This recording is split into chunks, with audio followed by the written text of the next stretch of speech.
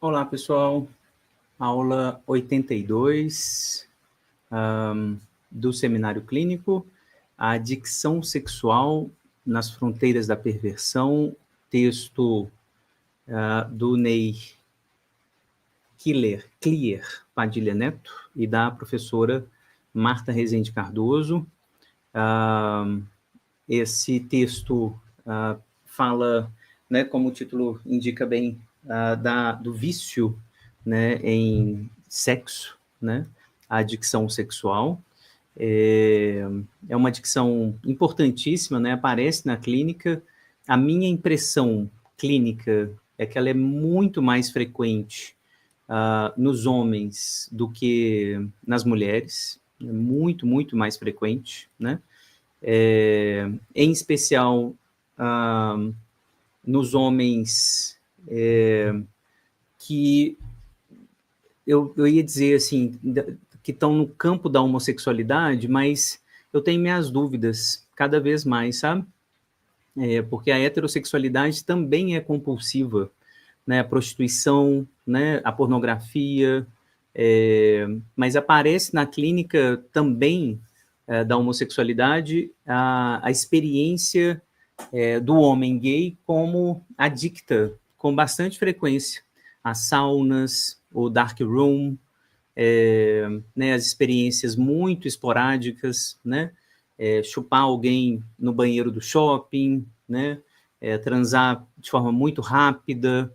Então, isso tem aparecido, né, mas, claro, eu acho que a adicção heterossexual ela é mais institucionalizada, né, na prostituição, na pornografia, né, os aplicativos hoje em dia, né, que dão uma abertura também muito grande, né, para esse tipo de adicção. Então, é sobre isso que a gente vai falar. Queria comentar rapidamente, no final, se der tempo, sobre essa adicção, em especial nos homens, né, por quê? Né, por que que a gente tem mais, né, clinicamente, essa presença da adicção sexual nos homens e menos nas mulheres. É claro que existe, né, o filme do Lars von Trier, né, a Ninfomaníaca é um exemplo bem notável, né, de como que aparece. Recomendo esse filme, um filme muito importante para pensar nesse tipo de adicção.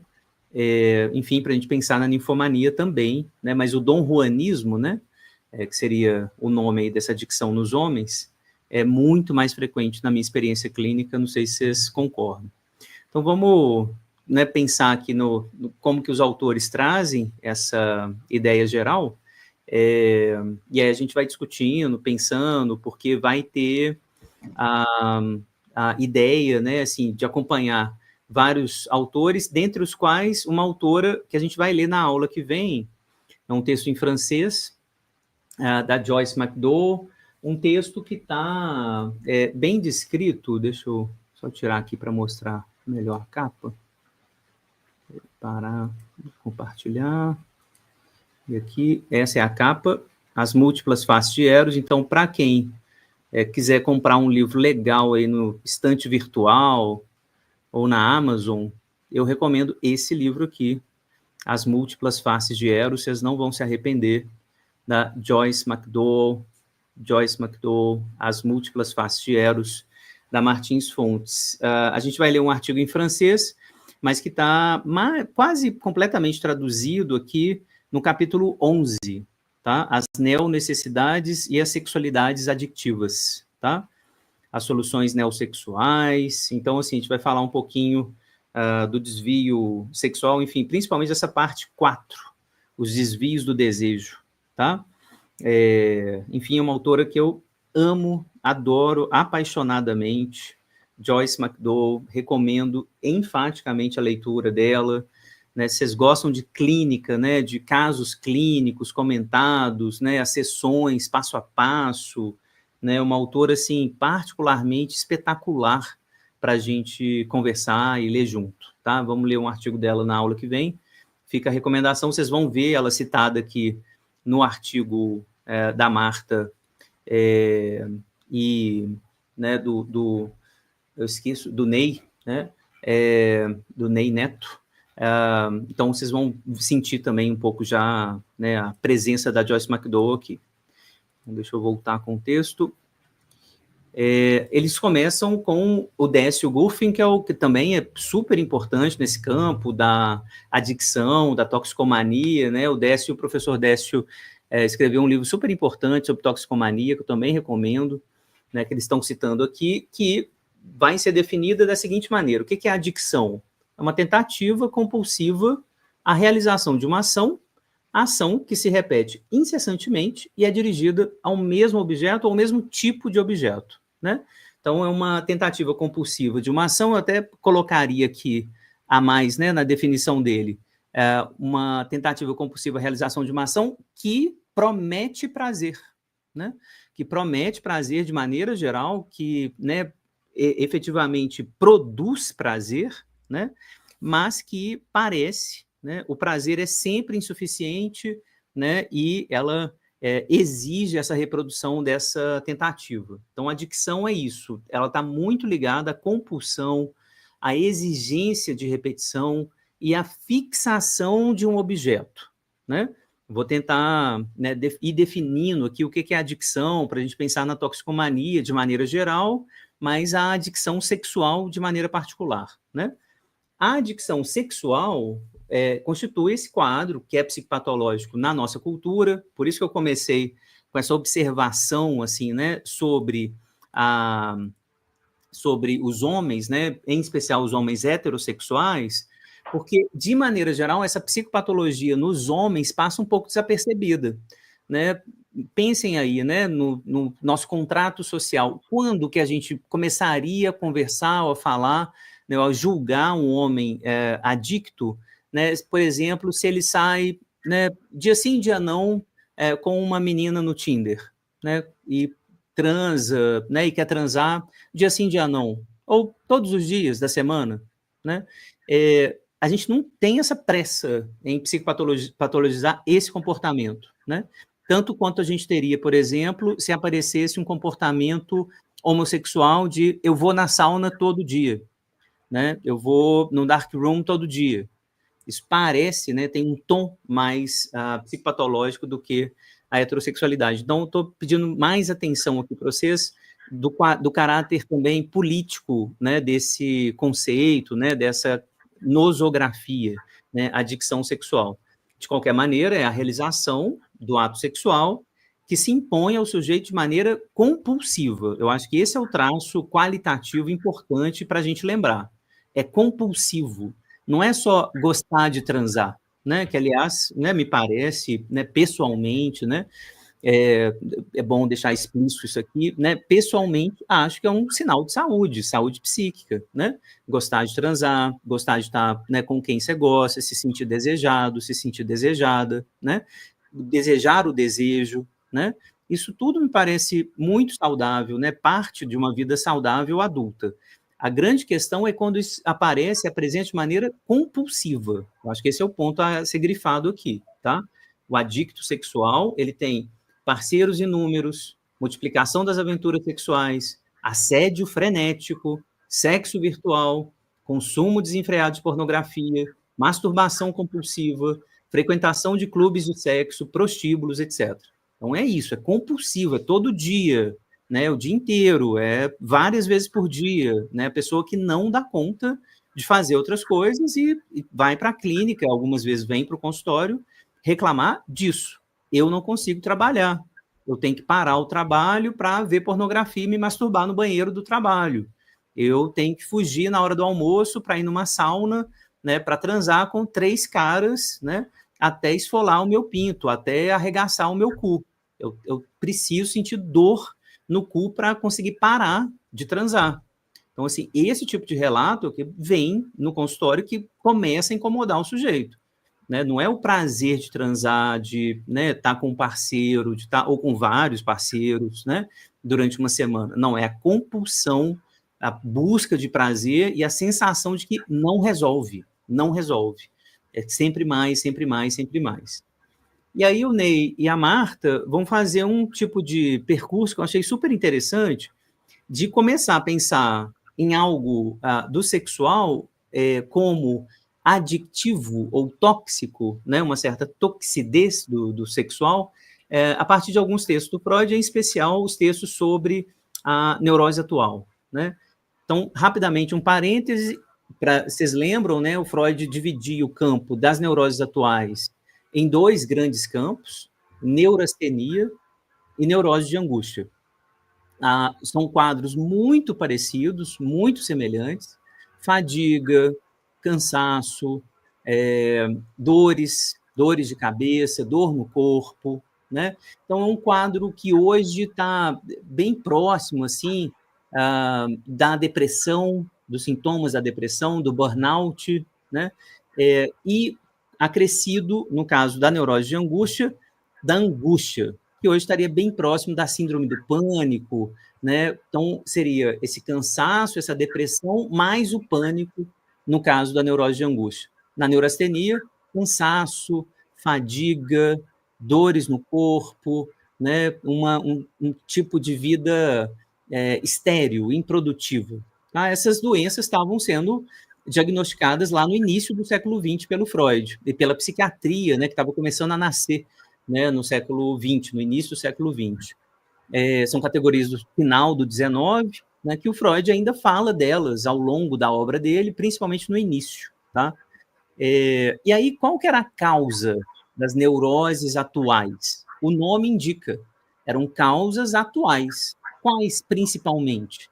O excesso de trabalho, a vida moderna, né? Então você vai ver vários discursos já, né, dos neurologistas, dos médicos, desse início da psiquiatria, acusando a vida burguesa desse excesso, né, de trabalho, de cansaço, de estresse, de rotina, etc., mas principalmente um discurso que vai aparecer na medicina, não só no Freud, de que a vida sexual era muito insatisfatória e que o excesso sexual não descarregado de forma apropriada, e aí leiam apropriada aqui como, claro, o coito peniano vaginal, né, completo, ou seja, com o orgasmo da mulher e a ejaculação do homem dentro da vagina, né? Então o orgasmo completo, o coito completo. Se não for isso, vai ter um resto sexual não descarregado de forma correta. Então, sexo oral, sexo anal, masturbação, coito interrompido, tudo isso era visto como muito adoecedor. E na época, né, os métodos anticonceptivos não apareciam, né, não tinham ainda, né? Era o coito interrompido, era a tabelinha, né? Eram métodos muito ansiogênicos, né? Provocavam muita angústia, né? Medo de engravidar. Então, a relação sexual era angustiante e ansiogênica, né? Então, essa é a neurose atual, e esse tipo de, né, de neurose, de discussão, vai levar o Freud, desde o início, a supor que há algo de tóxico na própria libido, que há algo de tóxico na própria sexualidade, né? Se ela fica aqui dentro sem ser descarregada de forma adequada, ela vira angústia. Então começa aí a grande teoria da angústia em Freud. A libido, a primeira forma da libido é a angústia, né? Isso já começa nessa discussão super antiga do início da psicanálise, antes da psicanálise, inclusive, né? Libido não investida, libido não descarregada, né? Não ligada, é angústia. Então essa é o parênteses assim, que eu queria fazer para vocês terem claro o que é a neurose atual, o que é a neurastenia e neurose de angústia dentro desse grande quadro que é a neurose atual, tá? O Freud está escrevendo para o Fliess, vejam só, né, final do século XIX, né, comecei a compreender que a masturbação é o grande hábito, o vício primário, né, e que é somente como sucedâneo e substituto dela que outros vícios adquirem a sua existência. Então, o grande vício, você vê que isso aí é uma lógica que está presente na medicina do XIX. O grande vício é a masturbação, e a masturbação vai ser tomada pelo Freud, aí eu acho que é a obra dele inteira mesmo, como modelo do vício, né? Como modelo disso que fica exigindo, né, uma compulsão à repetição, que nunca vai se satisfazer plenamente, Porque, claro, na masturbação, a gente nunca alcança efetivamente o objeto, né? O objeto de desejo. A gente está se masturbando com a fantasia, mas nunca efetivamente reencontrando o objeto de fato, né? Então, o álcool, a morfina, o tabaco, etc., ou seja, tudo que vicia, né, é um substituto da masturbação para o Freud. Tá? Então, assim, o fundo sexual de qualquer vício, né, tem como modelo a masturbação. Então, isso é bastante importante, né, da gente lembrar essa lógica do Freud, né? Nessa lógica da masturbação, a ideia principal se refere a esse acúmulo de excitação sexual, né, que não encontra descarga adequada, e aí eu queria grifar aqui, né, os autores não trouxeram, mas está evidente no texto do Freud, isso é textual no texto dele, né, não encontra descarga adequada. E por descarga adequada, eu insisto, a leitura é totalmente heteronormativa, é a descarga no coito heterossexual completo. Pênis dentro da vagina, tá? Então, não encontra essa descarga no campo psíquico, sendo análogo a um estado de intoxicação libidinal. Então, estou lá intoxicado porque eu não gozei apropriadamente, tá? O Freud né, vai, então, insistir nisso, que nas neuroses atuais há uma falha nesse processo de transposição psíquica da sexualidade. Ou seja, a excitação sexual somática não se transforma no estímulo psíquico, ficando à margem do campo representativo. Tá? Essa tese vai reaparecer depois nos estudos sobre toxicomania. É importante isso que o Ney e a Marta estão trazendo, porque isso vai reaparecer. O toxicômano tem dificuldade de ligar a energia psíquica, né, a libido, a pulsão, a representações simbolizantes. Ele fica preso ao seu objeto tóxico, ao seu objeto de desejo, que, né, produz um certo curto-circuito, né, no desejo. Aliás, queria citar, deixa eu só conferir se não tem uma tradução da obra dela, Sylvie Lepoulecher, não, só tem em espanhol, caro pra cacete. Nossa, eu acho um absurdo esse negócio. R$850 o livro da Sylvie Lepoulecher, eu vou colocar pelo menos o nome aqui, deixa eu colocar aqui na tela, porque é um livro maravilhoso, mas eu não vou recomendar a ninguém que compre por R$850, não vale tanto. Vamos esperar alguém escanear e mandar para a gente. É esse livro, Toxicomanie e Psicanálise, Les Narcoses du Désir. Estou vendo aqui na Amazon que tem uma tradução em espanhol, que também não está tão barato, R$450. Enfim, só para quem gostar mesmo de toxicomania, é realmente um livro espetacular, tá? Les Narcoses du Désir. Esse subtítulo, né, a narcose do desejo, aponta para a tese da Sylvie Lepoulecher. Qual que é a tese? Que o objeto droga, ele causa uma narcose do desejo, ou seja, um curto-circuito do desejo, impedindo o desejo de circular por outras representações. Tá? Então, essa tese vai aparecer, por exemplo, nessa obra da Sylvie, que é final do século XX já. Então, assim, é psicanálise bem contemporânea. Olha só, é de 2011 o livro dela. De 2011, então século XXI. Tá? Então, essa tese de que o sexual não vai ter representação simbólica adequada vai aparecer na teoria psicanalítica contemporânea sobre a toxicomania. A tese permanece, mas a gente vai perdendo um pouco essa confusão que estava presente no Freud desde o início, tá? Que era a falta do coito na vagina heterossexual. Aí a gente vai perder isso, é isso que vai sumir, né? Não, o sexual vai ser entendido de maneira muito ampla, né?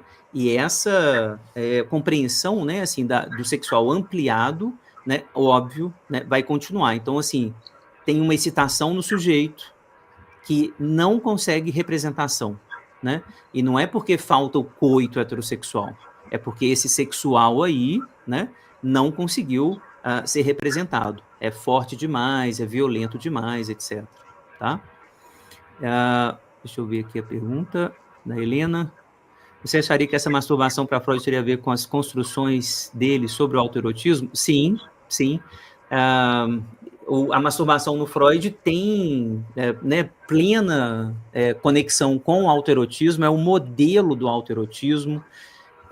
A toxicomania, enquanto continuação da masturbação, vai ser visto pela psicanálise como modelo também do autoerotismo, ou seja, o toxicômano, ele continua regido pelo modelo autoerótico, porque o objeto não aparece, né? O objeto aparece só parcialmente, ele fica reduzido a esse objeto de prazer, né? Ele não tem subjetividade ali, não tem uma alteridade, né? Completa. Então, ou ele vai ser objeto droga mesmo, né?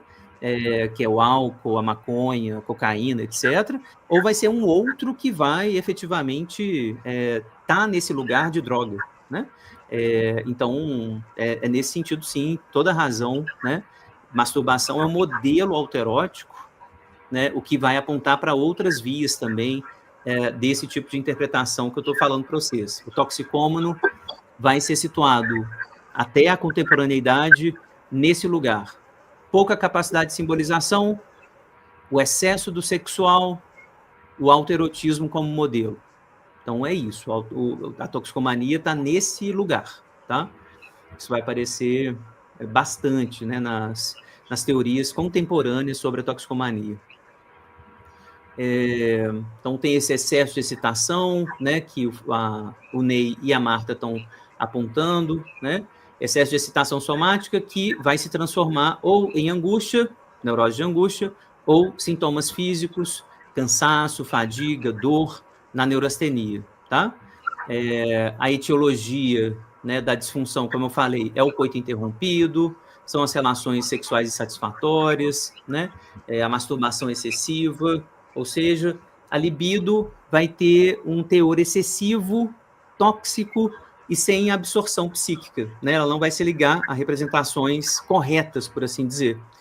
Em comum na lógica desses quadros, né? Por isso que eu acho que o Ney e a Marta estão recuperando esses textos do Freud, é isso que eu quero que vocês grifem.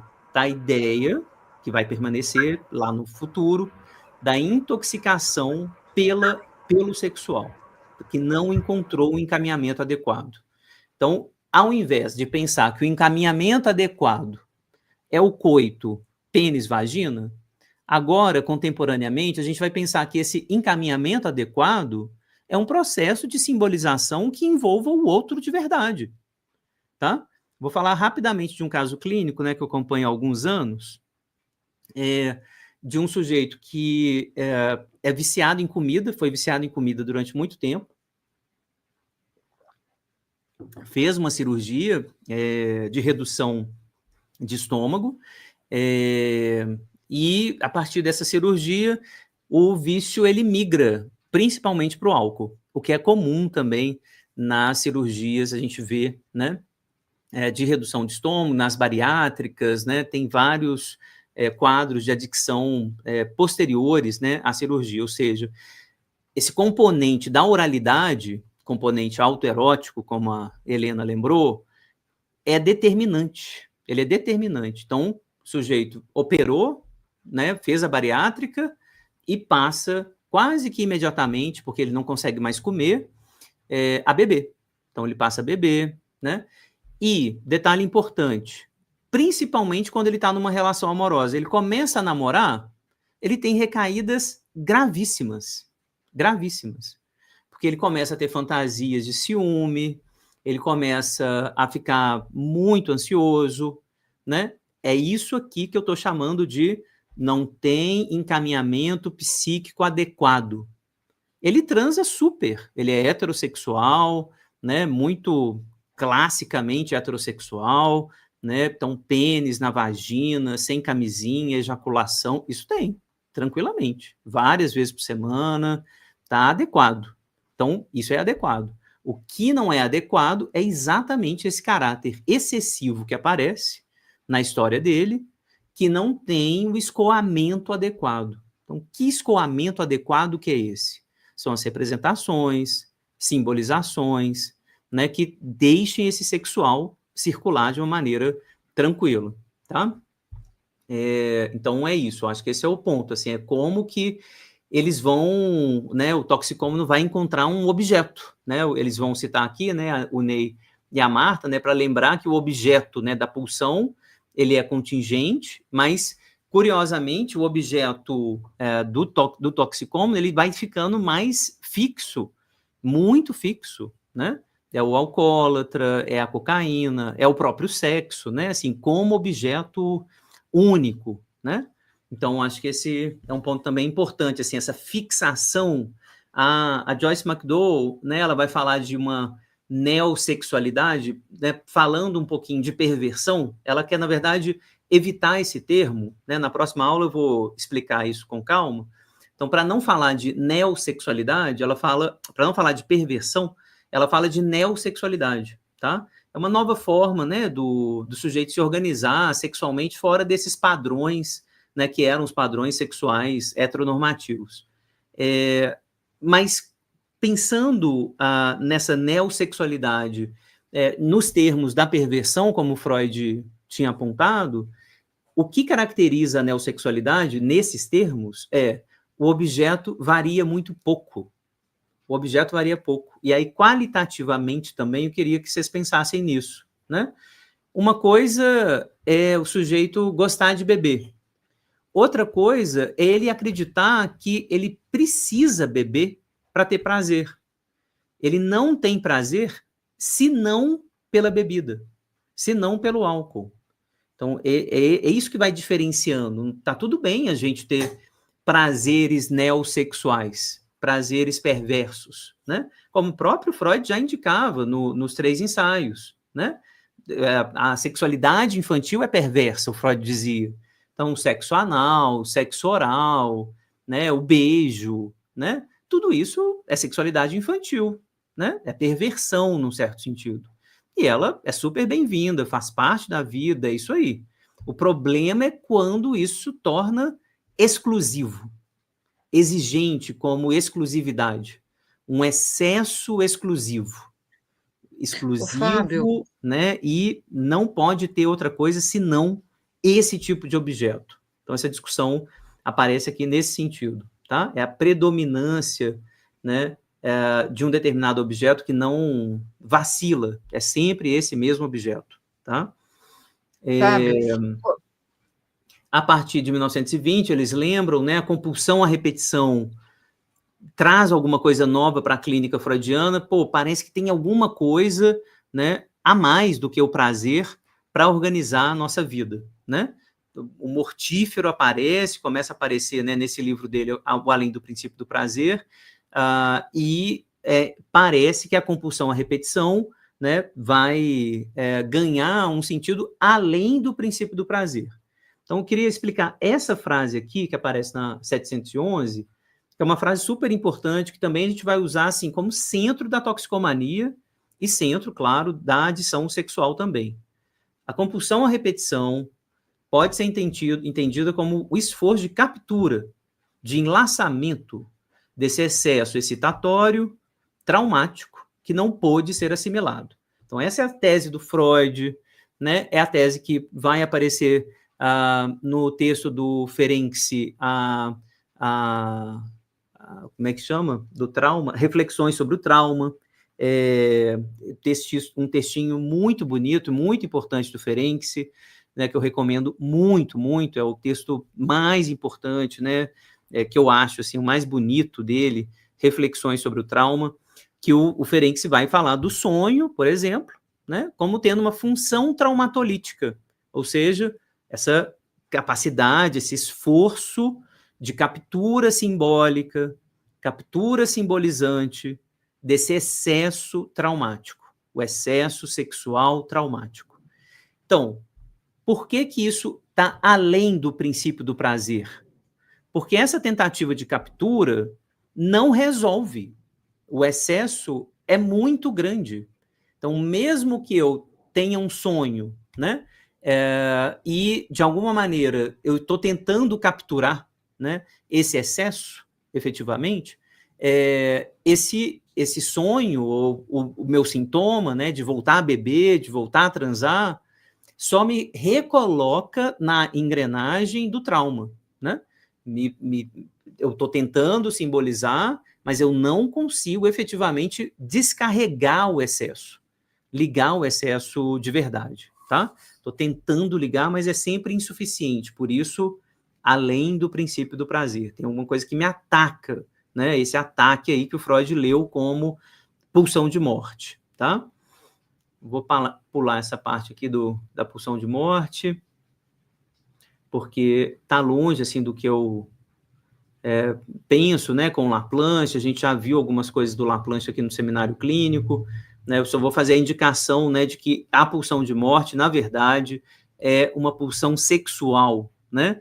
É o excesso sexual, né? Então, leiam e releiam Laplanche, né, principalmente o livro dele, onde ele mostra essa tese dele, né, que a pulsão de morte é uma pulsão sexual, né? O livro dele chamado Vida e Morte em Psicanálise, né? É nesse livro, Vida e Morte em Psicanálise, que o Jean Laplanche vai mostrar que a pulsão de morte, na verdade, é uma pulsão sexual desligada, desligante, que precisa de simbolização para parar de atacar o eu, tá? Então, vou pular essa parte aqui, porque a sexualidade, né, tem que ser vista como mortífera, né, para a gente acompanhar efetivamente o que o Laplanche tem trazido na obra dele, tá? Então, a excitação, o sexual, é proveniente do outro. De maneira geral, o outro vai fornecer também material tradutivo, holding, né? Vai aparecer toda uma engrenagem tradutiva, os códigos, né? Os objetos, que também vão trazer, de alguma maneira, o circuito para a pulsão funcionar, circular de uma maneira prazerosa.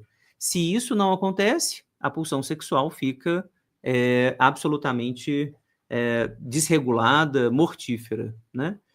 Isso, a Helena tá lembrando aqui do conceito de gozo, que tem muito a ver com a pulsão sexual de morte. É isso aí, tá? O gozo em Lacan tem exatamente o mesmo sentido, ou o real, né, também vai aparecer nessa mesma direção. É alguma coisa que ataca, que não consegue ser simbolizada, né? Ou que é simbolizada dessa maneira. É um tipo de prazer mínimo, é o prazer do masoquismo originário, né? De tentar dar contenção àquilo que me ataca, àquilo que me violenta. Esse é o gozo, né? Eu não tenho prazer do ponto de vista do eu, né? Esse prazer aparece muito pouco, ele pode até aparecer, né? Mas ele é sempre sufocado pela compulsão. Não é suficiente, eu quero mais, é pouco, né? Esse excesso, esse sentido do excesso, do acúmulo de excitação, tá? Que, aliás, vai ser um problemão para o Freud, né? O problema que eu chamo aqui o problema do tesão, né? O problema do tesão é um problema para o Freud, né? Porque na teoria dele, ao longo da obra dele, o prazer tem a ver com descarga, tem a ver com alívio de tensão. Alívio de tensão. Isso que é prazer para o Freud. Mas ele está com um problema desde o início da obra dele. Como que eu explico o tesão? Que é aumento de tensão, eu aumento a carga de tensão no aparelho psíquico e eu sinto isso como prazeroso. Então tem um problema teórico nessa teoria do Freud, né? Que o Laplanche resolve exatamente lembrando. A pulsão sexual, ela tem um duplo funcionamento. Ela é pulsão sexual de morte, ou seja, ela é aumento de tensão. Ela é aumento de tensão. Isso também pode ser prazeroso. Pular de paraquedas, né? Transar, ter tesão na hora de transar, né? Jogar esportes de alta tensão. Isso pode ser muito prazeroso, né? Tá no limite do corpo, tá no limite do eu, né? Então, o aumento de tensão é, sim, sexual. mas tem uma outra modalidade do sexual, é isso que o Laplanche está apontando, que tem a ver com o alívio, com a descarga, né, com aquilo que deixa a gente nos estados tranquilos, né, no nirvana, vai dizer o Freud, né, na homeostase do aparelho. Isso também é prazeroso. Então, o prazer, ele é um contínuo para o Laplanche, né? É um prazer que vai do tensionamento, né? Porque é gostoso sentir as fronteiras do eu, é gostoso ir além, né, dessas fronteiras, né? Mas é gostoso também estar em descanso, por assim dizer, do tensionamento dessas fronteiras, né? Então, só queria lembrar isso aqui.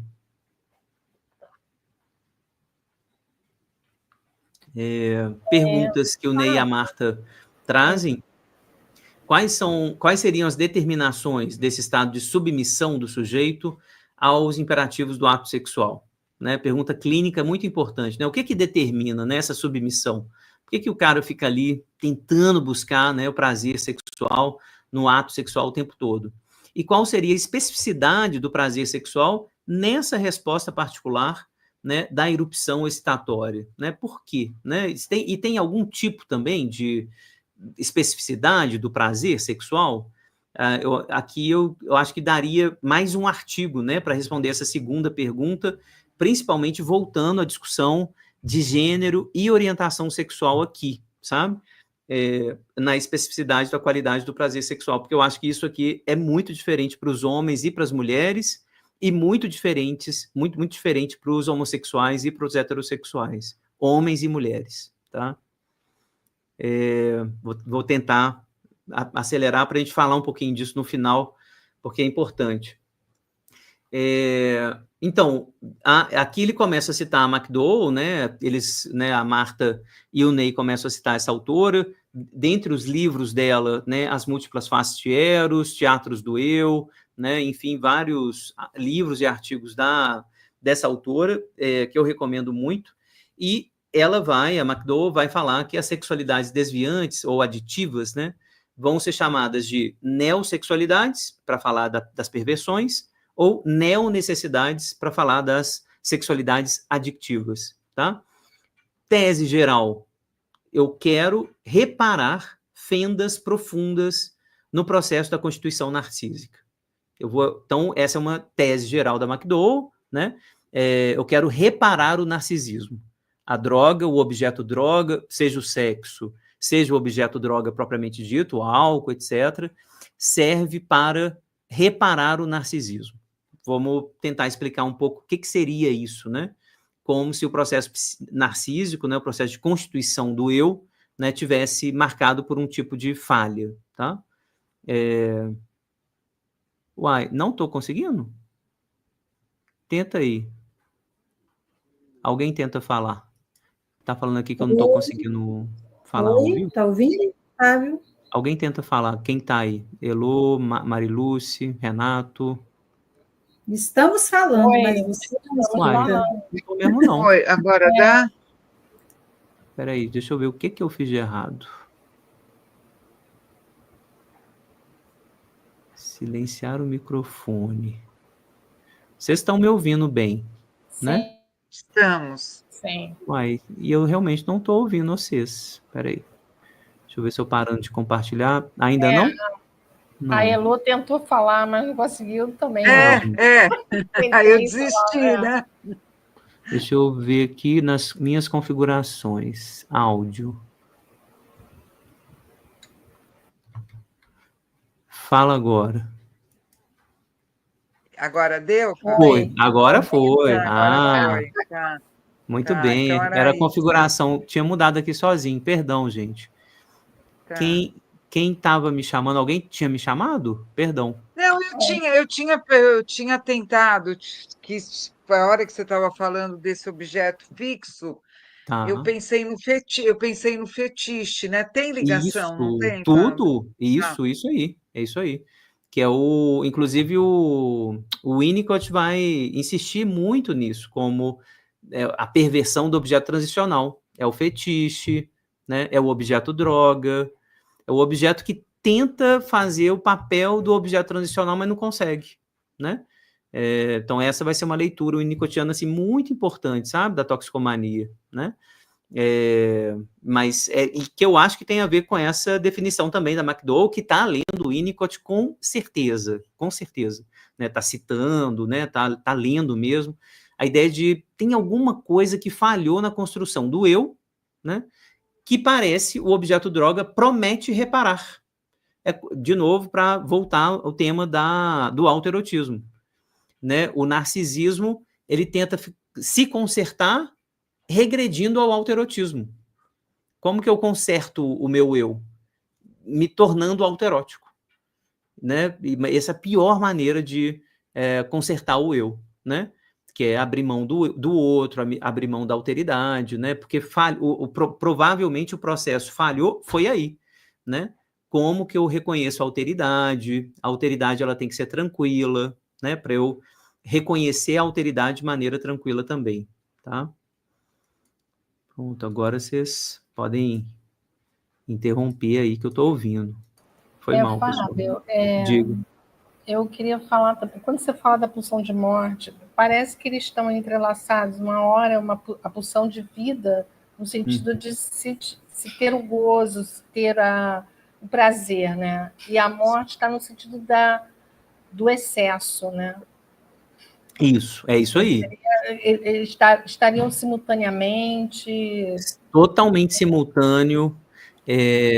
Um exemplo interessante que um colega meu dá, o professor Paulo, num artigo dele, o Paulo César Ribeiro, foi orientado pelo Laplanche, né, que foi meu orientador.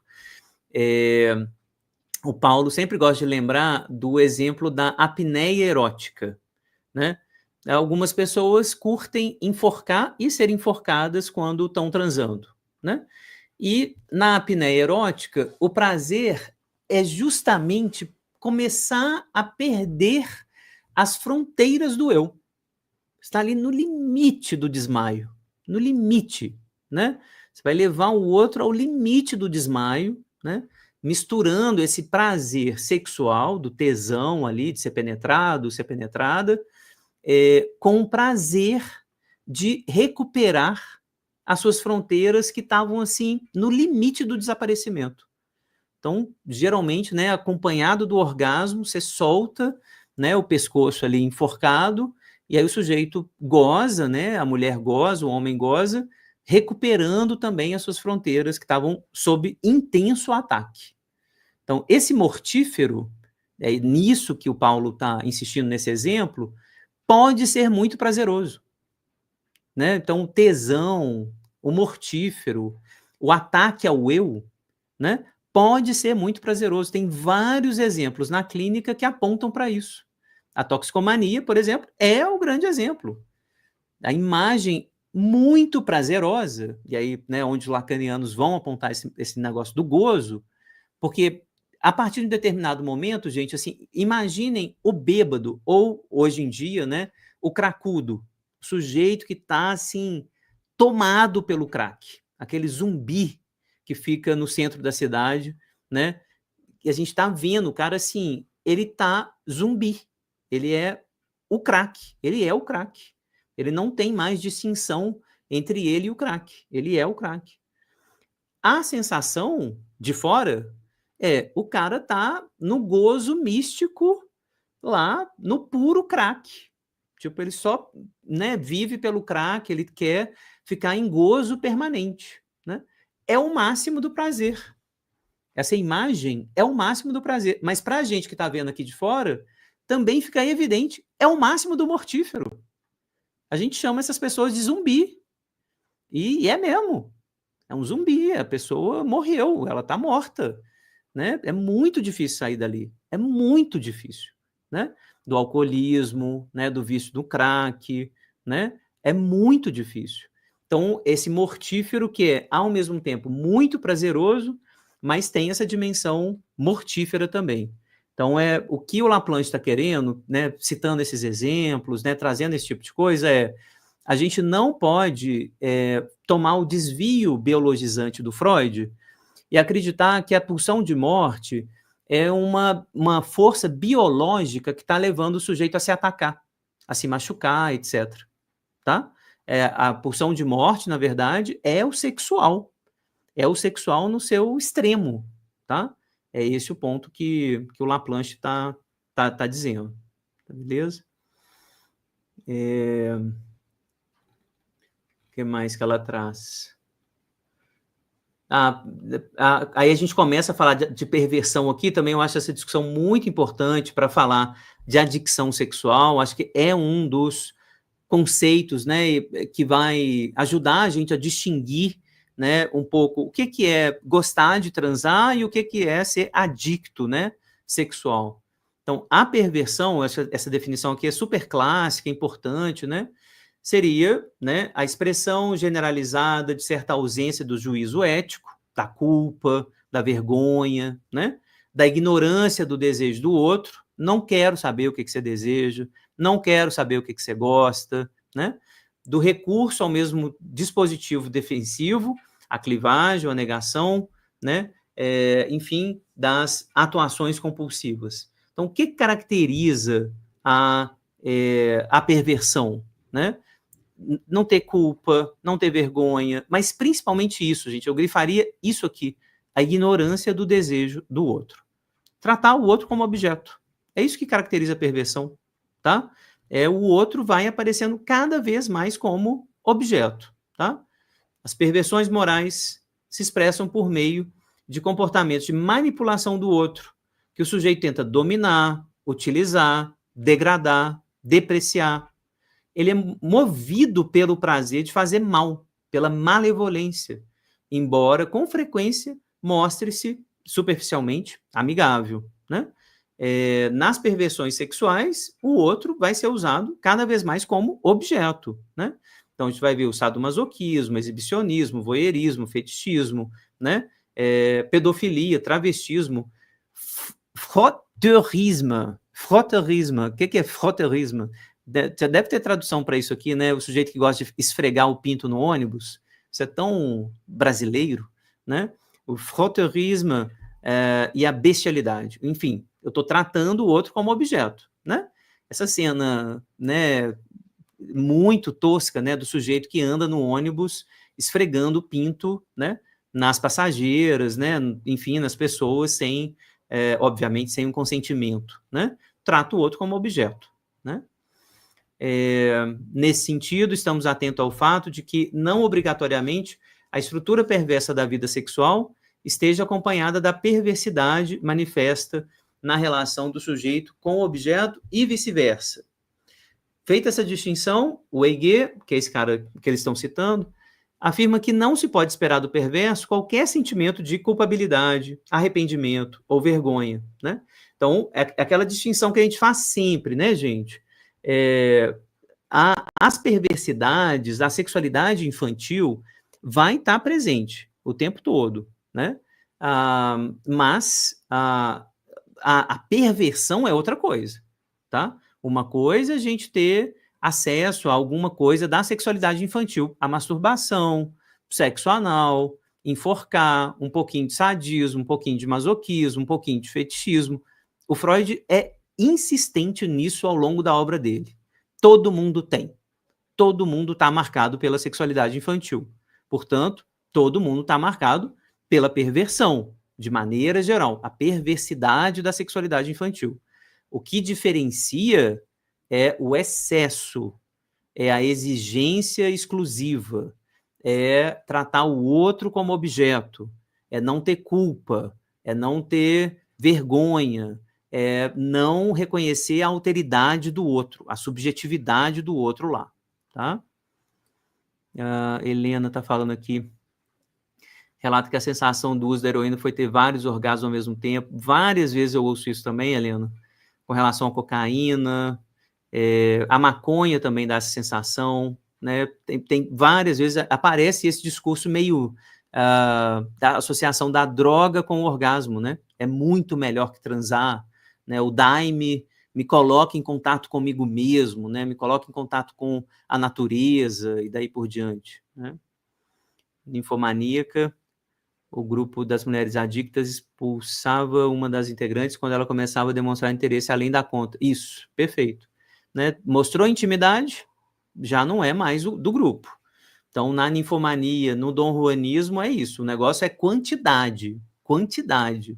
Não é intimidade, né? Aliás, é uma tese importantíssima, né?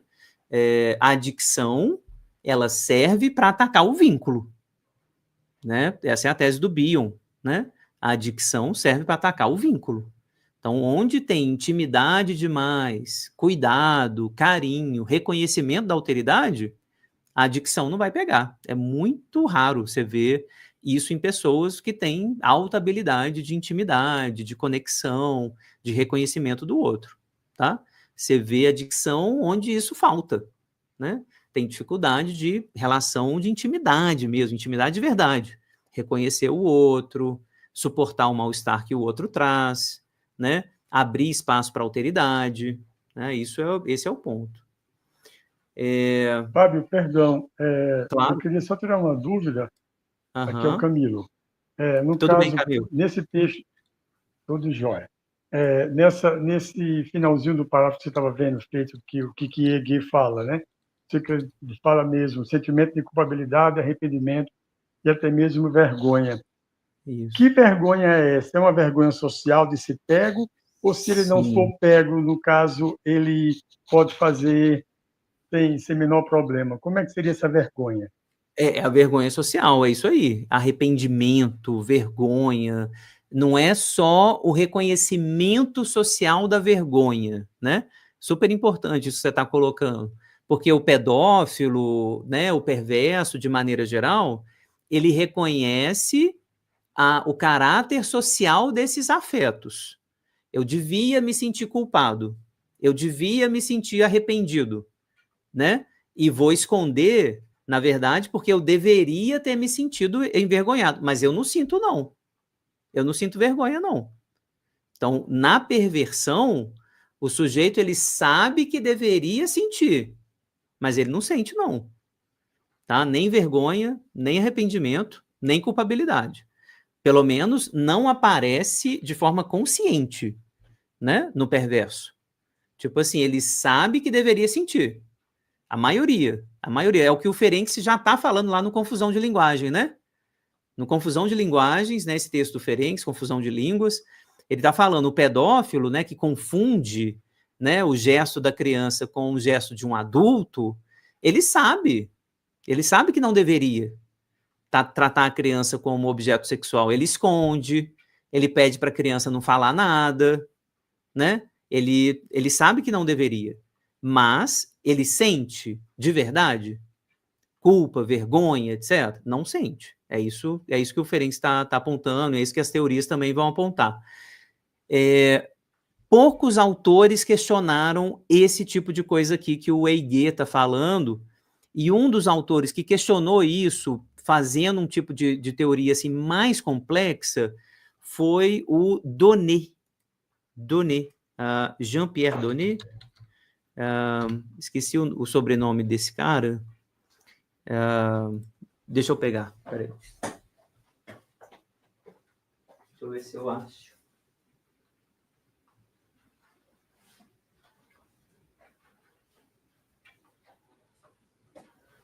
Boni.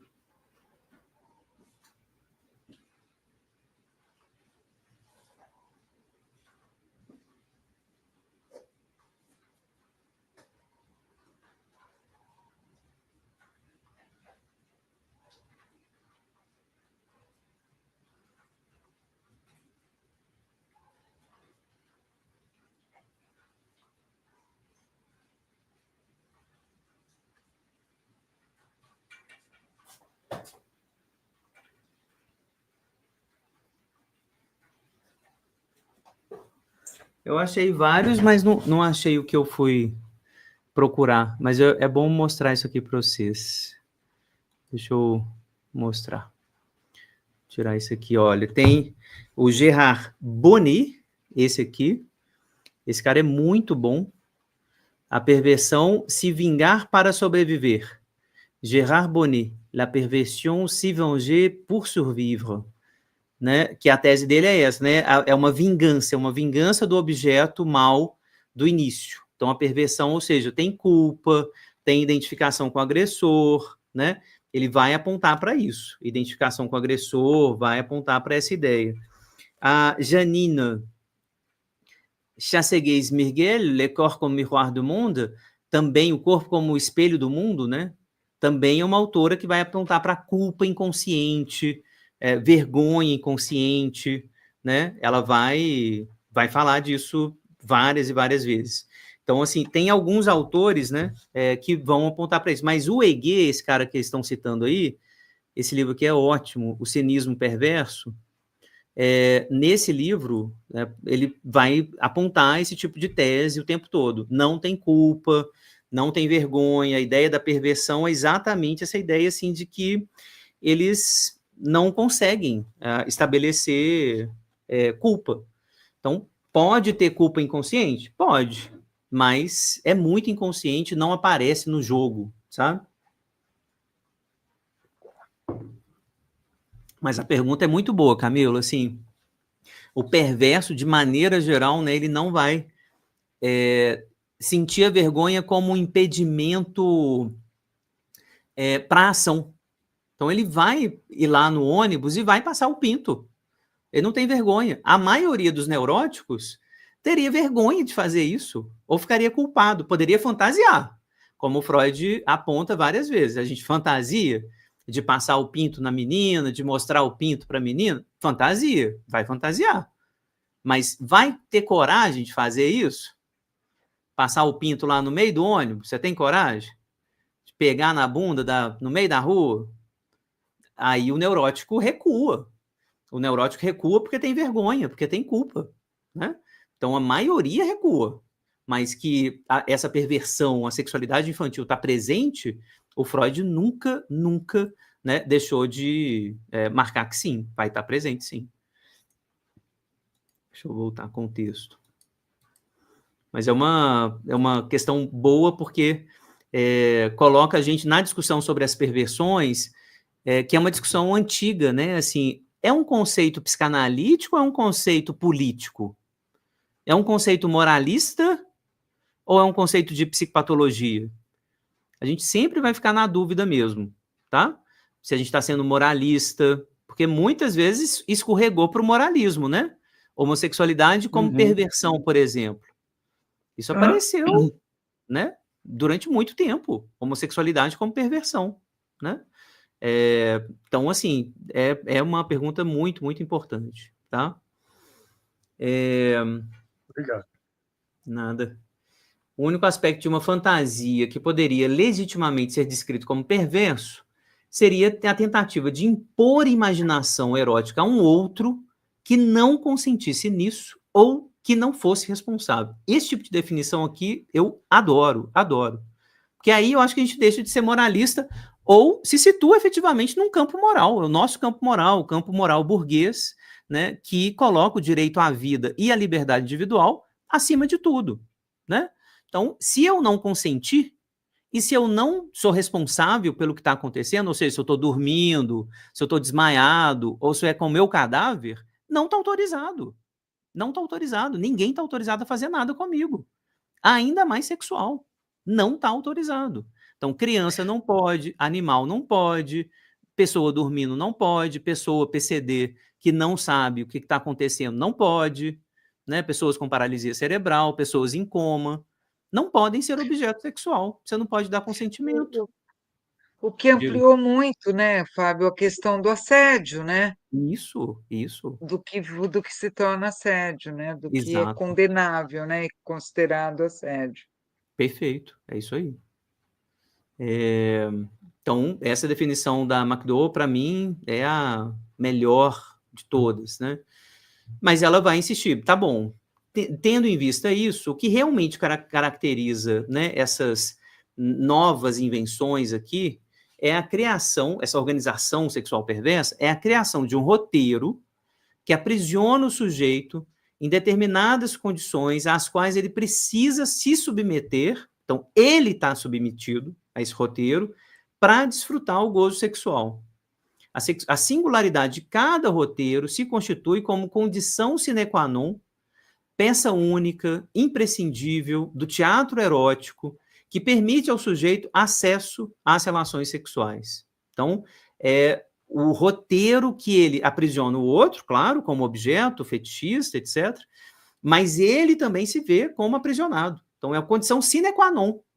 Então, se não for isso, eu não gozo, tá? Então, é isso, o sujeito é incapaz de imaginar a mínima modificação nesses roteiros. Mais uma vez, insisto, todos nós temos roteiros eróticos que a gente prefere, né, que são condições muito importantes para a gente gozar, para a gente ter prazer, mesmo no campo da neurose? Sim, claro que nós temos roteiros, claro que sim. Né? Um heterossexual comum não goza com qualquer mulher, em qualquer condição. Tem classe, tem raça, tem, né, enfim, uma série de elementos sociais que estão implicados em quem vai ser o nosso objeto de desejo, né?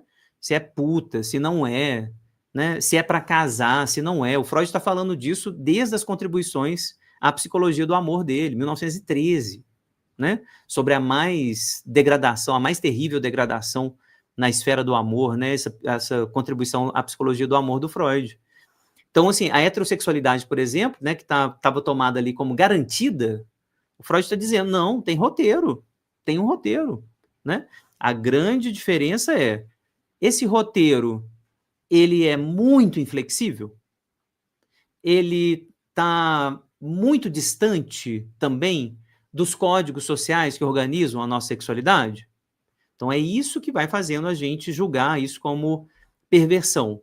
A adicção sexual começa a aparecer como perversão por conta disso, né? Aparece como neossexualidade por conta disso. É muito fora do nosso contexto, do nosso código, tá? As neossexualidades constituem as soluções possíveis que o indivíduo, em sua vida infantil, foi capaz de forjar diante de comunicações parentais contraditórias e desencaminhadoras a propósito da sexualidade e suas manifestações. Então, os códigos ali, né, identidade de gênero, papel sexual, teve alguma coisa que deu errado nessas codificações, né? Eu vou falar disso na próxima aula, a partir da McDowell. Basicamente, essas criações, né, essas soluções perversas aí, são criações cujo objetivo é o combate aos sentimentos avassaladores de perda da identidade, estados de vazio, luta continuamente perpetuada, que, segundo a autora, desemboca numa espécie de adicção ao sexo. Um fator que pode caracterizar o perverso é o fato de que ele não tem escolha. Sua sexualidade é fundamentalmente compulsiva. Então, a sexualidade, né, do perverso é compulsiva, ele não tem escolha, e queria que vocês grifassem isso. Parece, ali na adicção, né, que eu tô no limite da minha perda de identidade. Estou angustiado, assim, estou muito angustiado, eu preciso ir lá. Eu preciso fazer. Então, tem que ir para a sauna, tem que ir no puteiro, tem que comer outra mulher, eu tenho que ir no Tinder, eu tenho que marcar 3 vezes, né, com 3 mulheres diferentes, porque eu tô na iminência dessa perda de identidade, tá? E é isso que vai explicar por que os homens têm mais adicção sexual do que as mulheres, na minha opinião.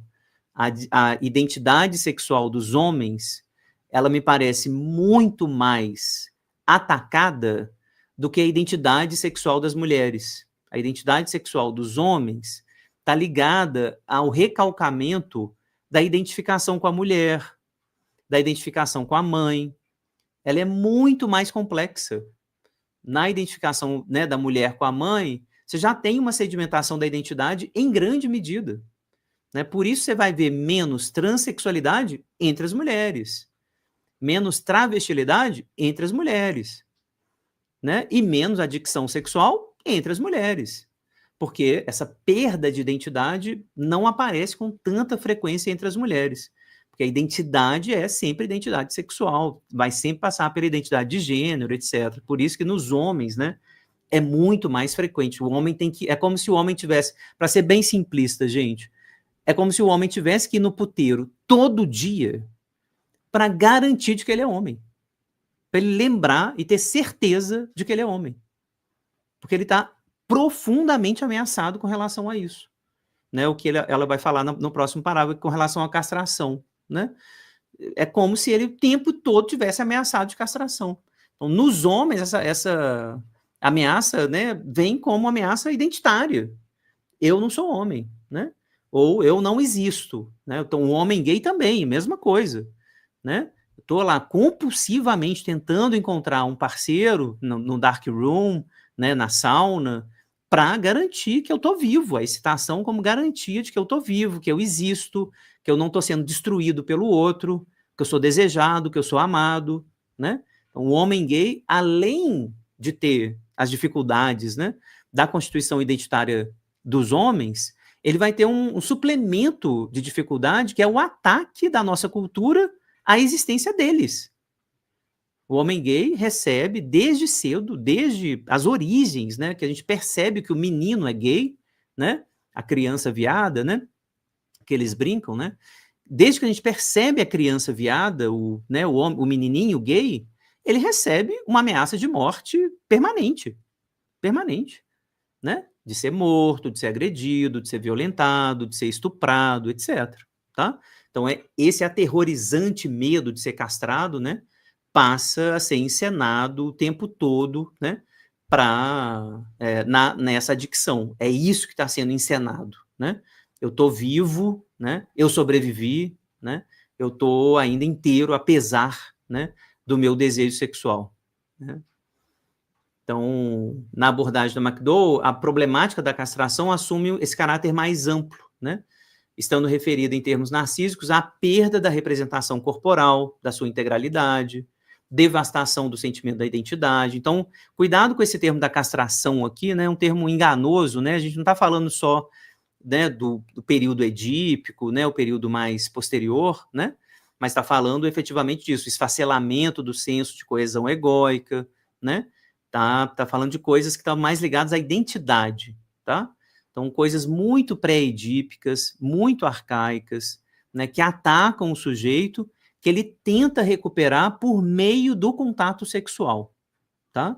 Então, a relação sexual, até por conta, né, assim, do aspecto de presença do outro corpo, né, a presença da outra pessoa, mesmo que você não saiba o nome dela, mesmo que seja no dark room, né, a experiência do dark room, né, assim como os pacientes descrevem, é uma experiência sem o rosto, sem o nome, sem intimidade, mas tem a presença do corpo, que está lá. Então, essa experiência do corpo, né, parece dar essa sensação de representação corporal íntegra.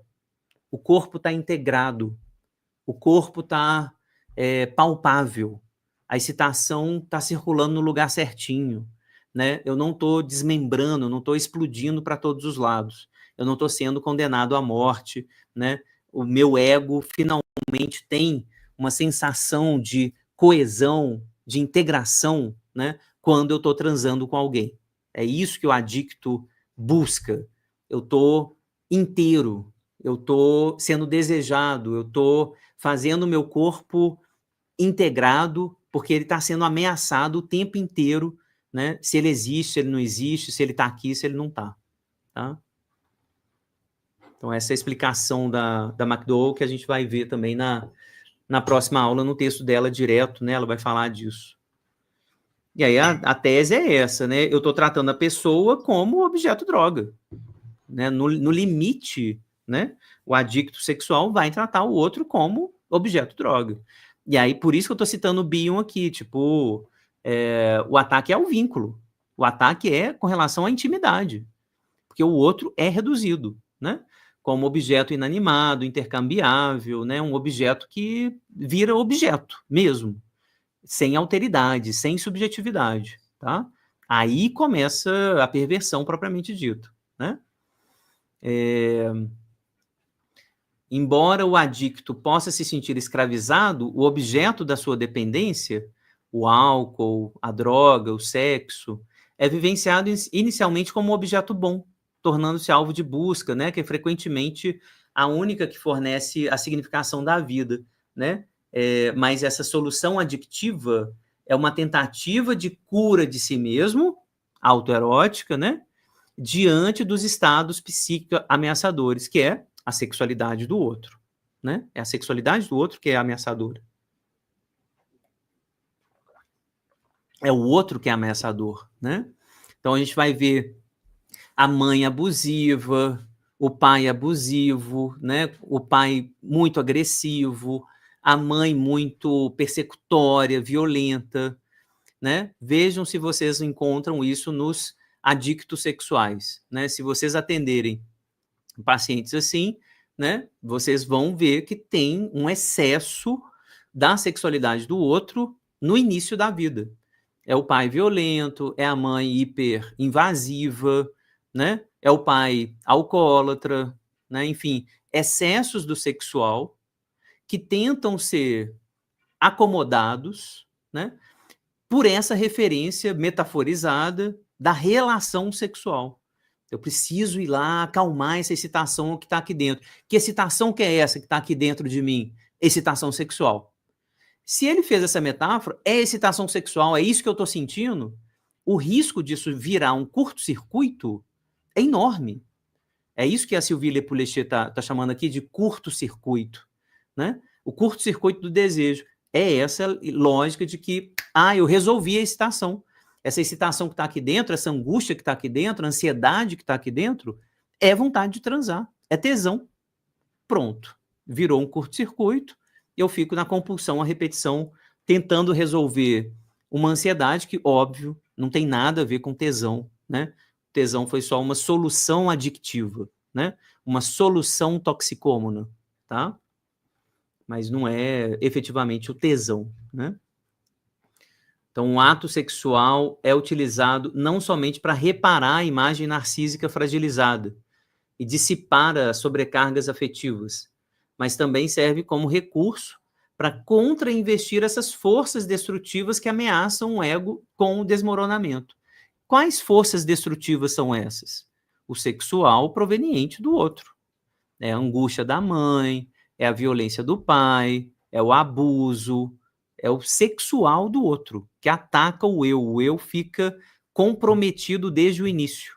Tá? A toxicomania, né, a drogadição, a sexualidade como aditiva, serve para tentar reparar isso, tá? Por exemplo, na reparação heterossexual, eu estou lá o tempo todo buscando o corpo, né, de uma mulher, né, para me acalmar, né? Então, leia essa cena de maneira mais complexa, tá, gente? Assim, é muito importante. Claro que tem machismo envolvido, tem, né, enfim, violência de gênero, tem um tanto de coisa envolvida aqui, claro que tem. Mas tem também esse sujeito, um homem, que está sofrendo, que está angustiado, em plena ansiedade, compelido, né? Assim, está ali sob compulsão a transar 2, 3, 4 vezes por dia, né? Para não se desmoronar, né? Sob esse ataque de angústia permanente, né? Que ele precisa controlar transando com alguém, tá? Seja heterossexual, seja homossexual. Eu vou pular essa parte da neonecessidade, porque a gente vai falar bastante na aula que vem. Eu vou apresentar o texto dela, eu acho melhor do que o resumo, né? O que é neossexualidade, o que é neonecessidade. Para ela, eu vou falar bastante da Joyce na aula que vem, né? Lendo o texto dela.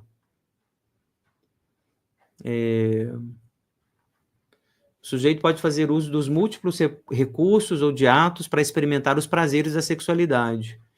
A compulsividade ligada ao uso dessas práticas acaba desembocando também num circuito fechado, aprisionante, né? Vale ressaltar que determinadas práticas sexuais desviantes, neossexuais, podem se tornar adictivas para o sujeito, se aproximando da neonecessidade. É isso, né? Ela pode virar droga, né? O sexo pode virar uma droga, né? O que mais que eu grifei? Eu acho que... e a coisificação, né, para terminar, a urgência da demanda, a dependência do efeito do gozo sexual, a pobreza da criatividade, o sentimento de não existir fora do terreno adictivo, aumento de doses, né, para atingir a tranquilização, são elementos cotidianos descritos nos toxicômanos da sexualidade, né? Essa lógica da desesperança, né? Achei bonita essa expressão, né? Tá ali sempre tentando mais, e essa desesperança, né? De encontrar um objeto, de encontrar a paz, né? A pacificação dessa ansiedade, dessa excitação também. Acho que aqui é mais para reforçar isso que os autores trouxeram, né, ao longo do artigo. O sex addict não impõe no sentido de forçar, né, suas demandas a ninguém, né, é isso, o cara está no Tinder, ele está no prostíbulo, ele está no dark room, né, ele não está forçando, então ele não necessariamente é um perverso nesse sentido clássico, né, da perversão que estou forçando alguém a transar, né. Suas relações se dão em comum acordo com parceiros anônimos, cujos nomes nem são lembrados, né, às vezes nem são ditos, na verdade, né. Mas aí parece, né, estão citando aqui esse tal de Estelon, não conheço o autor, né, que é proibido amar, é proibido desejar, é proibido dividir os afetos humanizantes. Essa é a impressão que eu tenho, né, na adicção sexual, nessa sensação assim de que a intimidade é proibida, quando, né, o sujeito começa realmente a produzir intimidade, né, isso está proibido. A alteridade começa a aparecer. É isso que angustia. Eu preciso acabar com essa relação, começar outra para transar mais. Ao descartar compulsivamente os objetos, através da sua extrema destituição subjetiva, o sex addict não se encontraria profundamente a eles aprisionado, né? O apelo ao sexo parece constituir uma retranscrição dessa profunda e desconcertante de um sufocado apelo ao outro. Aqui a tese dos autores que eu gostei bastante, né? Que acaba sendo bem winnicottiana, né? Num certo sentido, laplanchiana também, né? A Marta não deixaria escapar alguma coisa do Laplanche, apesar de não citar o Laplanche no texto, mas é isso, é um apelo ao outro, né? Apelo a eu preciso de contenção, uma contenção que o outro não me deu nas minhas origens, né? Então é isso que a gente vai ouvir desses pacientes, sentimento de vazio, desespero, dor psíquica, ansiedade, angústia, tá? É isso que vai aparecer com frequência nesses quadros. Bom, era essa a ideia desse texto do Ney e da Marta.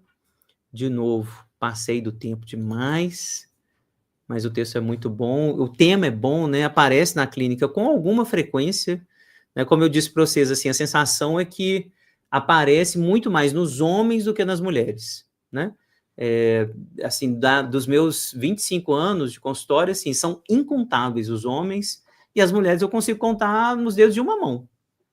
Eu acho que eu tive 3 pacientes ao longo desses 25 anos, assim, que realmente, assim, estavam viciadas em sexo, que precisavam disso, que usavam a adicção ao sexo como resposta à angústia, como resposta ao ataque ao vínculo. É muito raro. Um pouco por conta do contexto social mesmo, né? As mulheres não estão autorizadas ao sexo, de maneira geral, né? Um pouco porque essa explicação deles me parece muito razoável. A constituição narcísica das mulheres, de maneira geral, é muito melhor. É muito melhor do que a dos homens. É muito mais sofisticada, né, do que a dos homens. Os homens, né, temos problemas graves na constituição narcísica, né? Então, isso realmente determina um pouco, né, uma questão de gênero também na adicção, né? Boa pergunta, Helena. É a mesma lógica, né? Qual que é a direção do tratamento, então, né? Aqui, né? Assim, primeiríssimo e sempre primeiro lugar, reconhecer a excitação do outro que está ali dentro. Essa é a direção do tratamento. Então, a gente precisa nomear essa excitação e, ao longo do tempo, aos pouquinhos, fazer o paciente entender que isso que ele busca não é o corpo do outro. Que isso que está aparecendo como solução, né, que ele viu como solução, preciso transar, ou preciso beber, preciso cheirar cocaína, né? não é a solução para essa excitação dele. A excitação é outra, tem outro nome. Então, sempre tentar nomear a excitação originária. Então, trazer essa história do paciente, por meio dos sonhos dele, principalmente o sonho. Né? O paciente vai trazer, né?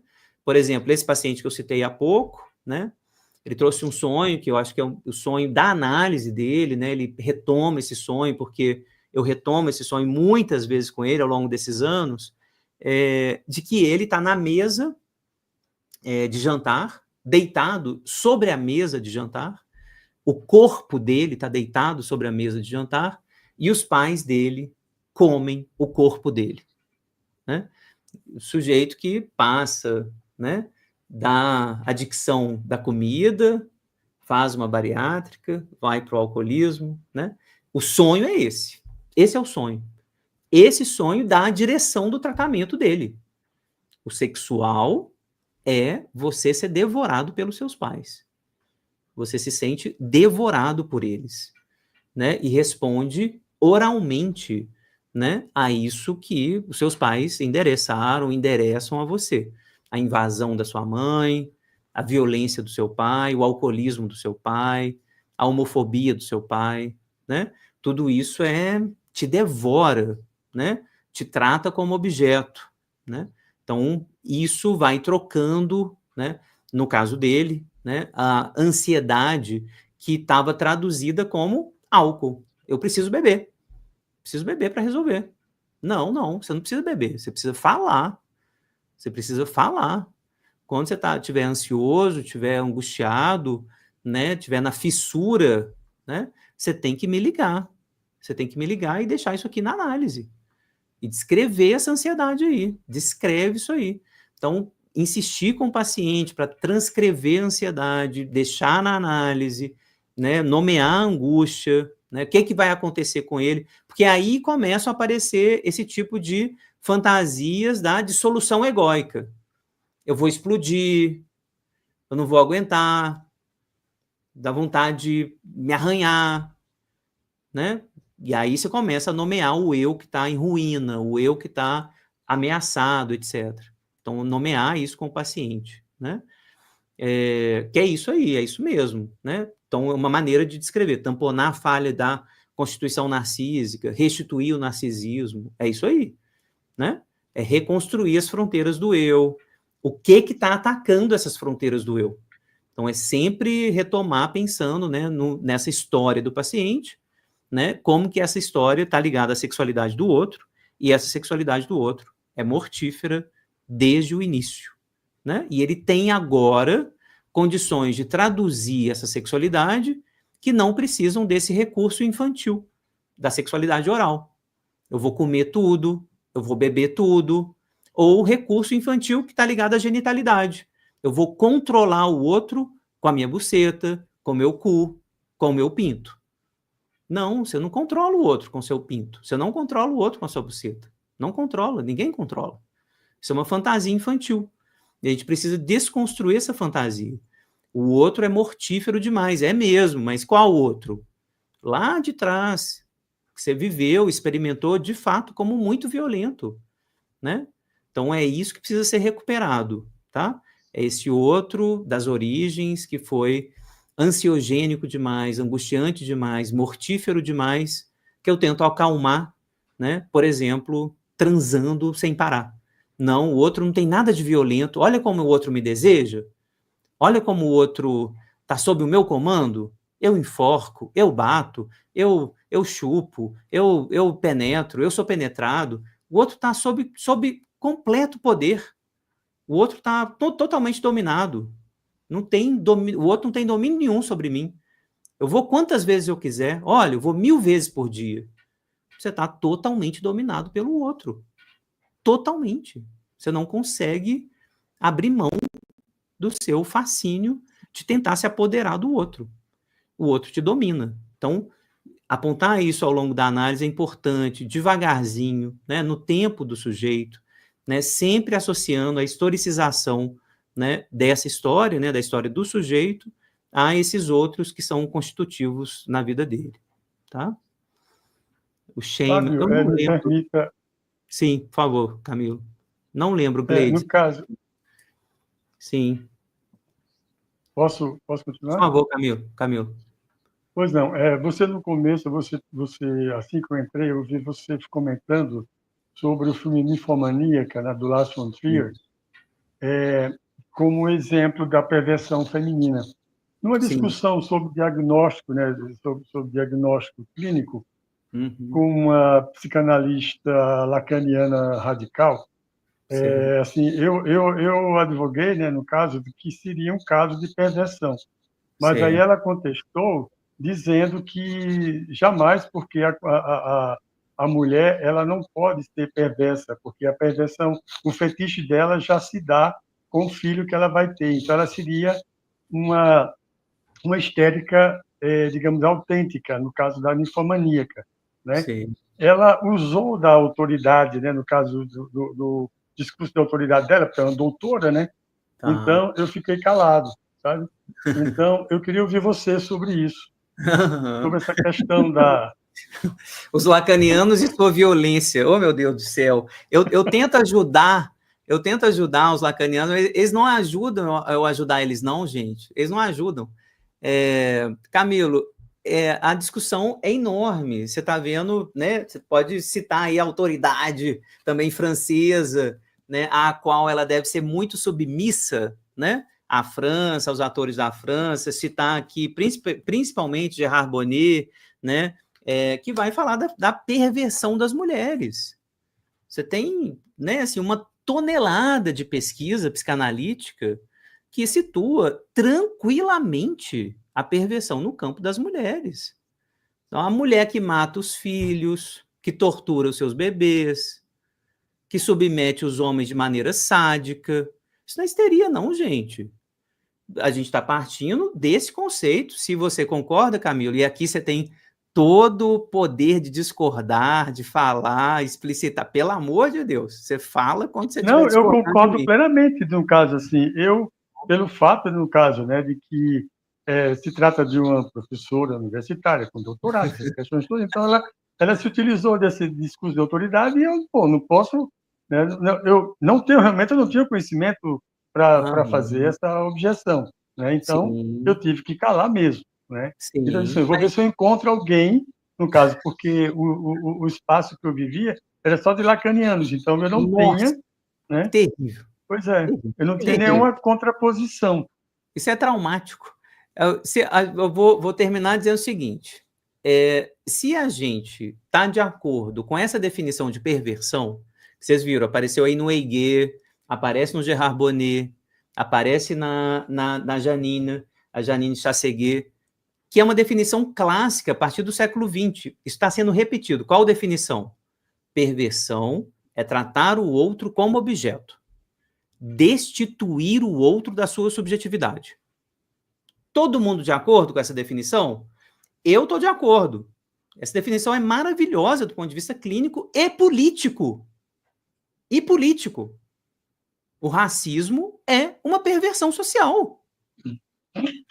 A homofobia é uma perversão social. A gente está destituindo a subjetividade das pessoas negras pelo fato de eles serem negros. É isso que o racista faz. Isso é perversão é perversão social. E vai ser perversão singularizada numa mulher racista. Quando uma mulher vai lá, tipo essa mulher que perdeu o processo agora pro Bruno, né, Galhaço, que, né, ofendeu as meninas dele, as filhas dele, etc., né? Uma portuguesa que chama as meninas de negra, né? Ofende, agride, né? Essa é histérica? Pelo amor de Deus, gente. É perversa, é sádica. Tá brutalizando criança. Então, isso é sadismo, isso é violência, isso é desobjetalização. É criar, assim, o sujeito para ser esmagado como coisa. Tá? Então, mulheres fazem isso, né? Então, a gente, sempre que você vê um lacaniano, né, tentando dizer, não, mulher não pode ser perversa, porque, né, já foi castrada. ela já tem castração, então como é que ela vai recusar a castração? Né? Mas aí é preciso lembrar com LaPlanche, com Melanie Klein, com Karen Horney, com Winnicott, que castração é um negócio que vai aparecer no código do Édipo, genitalizado, lá nos 7 anos de idade. A primeira castração pela qual todos nós passamos, se você quiser traduzir dessa maneira, é com relação à mãe, ao seio. São essas separações aí que são difíceis de aceitar, de acolher, né? São elas que vão ser recusadas, denegadas. É isso que vai dar origem à perversão. A perversão, na sua grande maioria, é oral. Por que a perversão, na grande maioria dela, é oral, é oralizada? É o álcool, é a droga, é a comida, é o açúcar, é o café, droga de todo tipo. Porque está ligado ao pré-édipo, ao pré-edípico. Então, você tem toda a razão, né, de questionar, né? Lamento por essa experiência, né? Mais uma experiência dos lacanianos que não sabem conversar. Não sabem conversar, não sabem acolher o outro, né? O que me parece, inclusive, perverso, né? O outro não sabe nunca, nunca.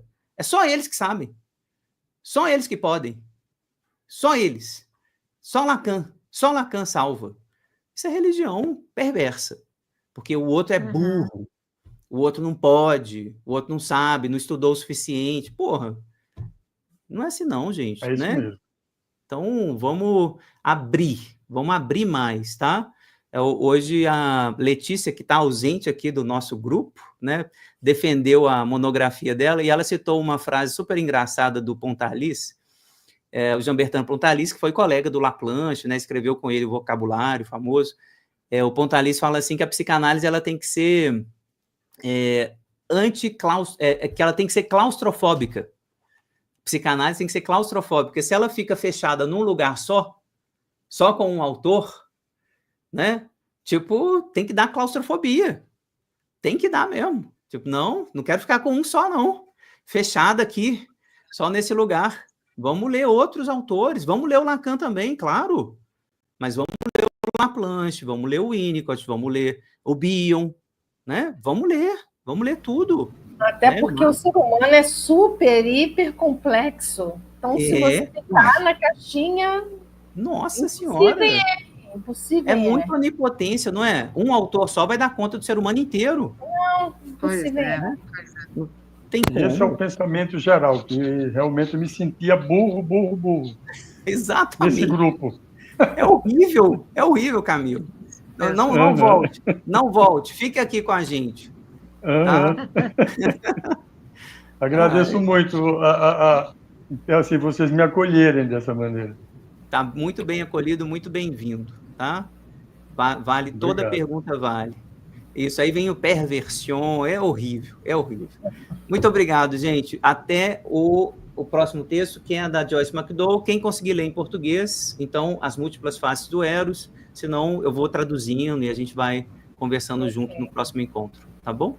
É isso, um beijo, boa noite, boa semana. Obrigada, Fábio, até. Vou contar para a Letícia que hoje nós ficamos até 10 da noite. Puta merda, exatamente. Ela vai matar a gente. Pois é, vou contar. Tchau.